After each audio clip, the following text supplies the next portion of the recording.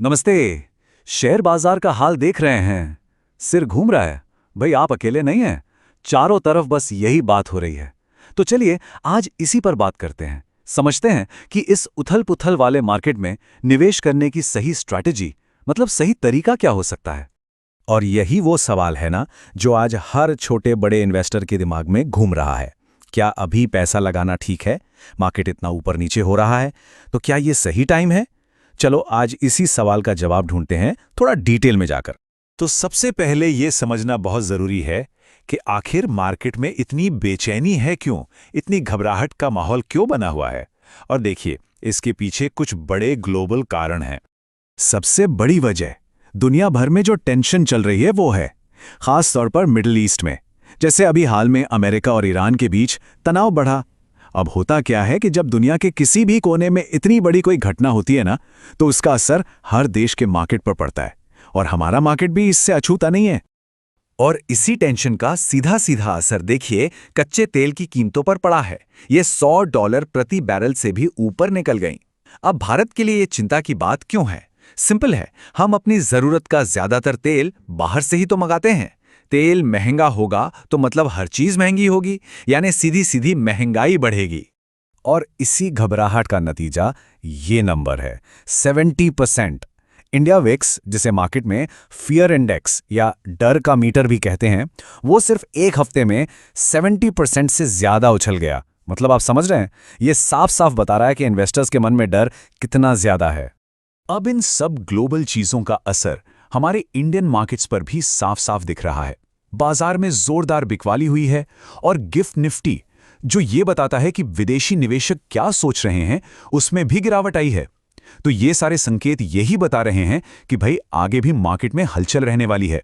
तो सवाल उठता है कि ऐसे माहौल में एक्सपर्ट्स की नजर किन स्टॉक्स पर है।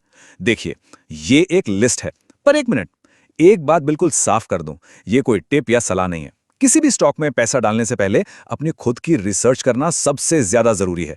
ये बस जानकारी के लिए है। ओके, तो इस सारी उथल-पुथल से घबराने की जगह चलो एक स्टेप पीछे लेते हैं और कुछ बेसिक बातें समझते हैं, क्योंकि ऐसे माहौल में सही जानकारी ही सबसे बड़ा हथियार होती है। बिल्कुल सिंपल भाषा में समझें तो शेयर मार्केट क्या है? ये भी एक मंडी या बाजार जैसा ही है। बस फर्क इतना है कि यहाँ आलू टमाटर नहीं, बल्कि देश की बड़ी बड़ी कंपनियों में हिस्सेदारी, मतलब कि शेयर्स खरीदे और बेचे जाते हैं। अच्छा, तो फिर ये निफ्टी और सेंसेक्स क्या बला है, जिसके बारे में हम रोज सुनते हैं? देखिए, इनको आप मार्केट का थर्मोमीटर समझ सकते हैं।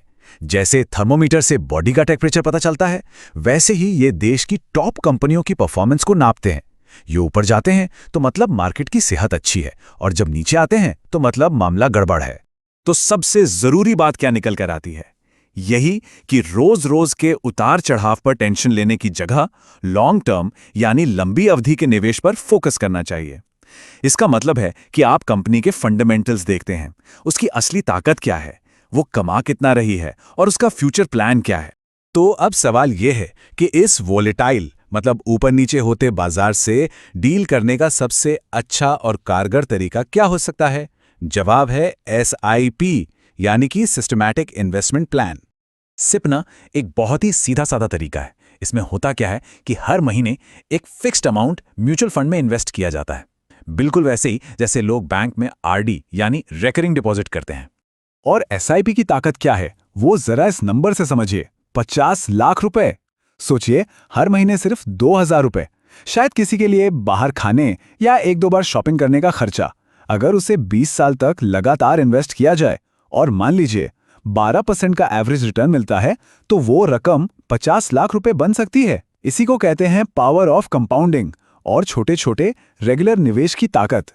तो SIP के सबसे बड़े फायदे क्या हैं? 3 मेन फायदे हैं। पहला, रूपी कॉस्ट एवरेजिंग। आसान भाषा में, जब मार्केट डाउन होता है तो आपके उतने ही पैसे में ज्यादा यूनिट्स मिल जाते हैं, और जब मार्केट ऊपर होता है तो कम मिलते हैं। इससे लंबे समय में आपकी खरीदने की औसत कीमत कम हो जाती है। दूसरा फायदा, आपको मार्केट टाइमिंग की टेंशन नहीं लेनी पड़ती कि अरे सही टाइम कब आएगा। और तीसरा, ये एक डिसिप्लिन, एक अनुशासन लाता है आपकी इन्वेस्टिंग में, और इसी से लंबी रेस में वेल्थ बनती है।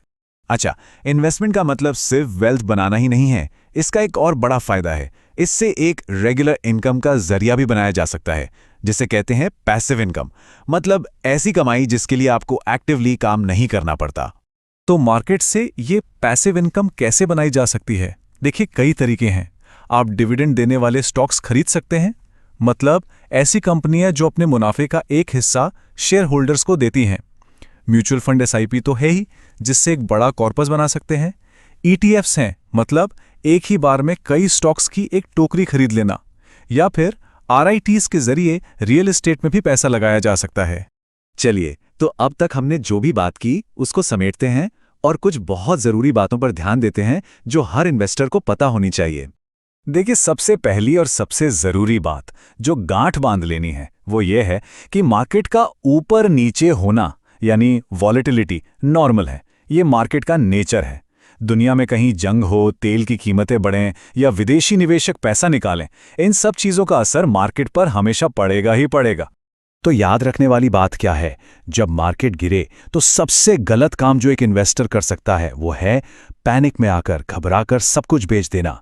सही तरीका है अपनी लॉन्ग टर्म स्ट्रैटेजी पर टिके रहना, क्योंकि एक बात पक्की है, डर में लिया गया फैसला लगभग हमेशा गलत ही होता है।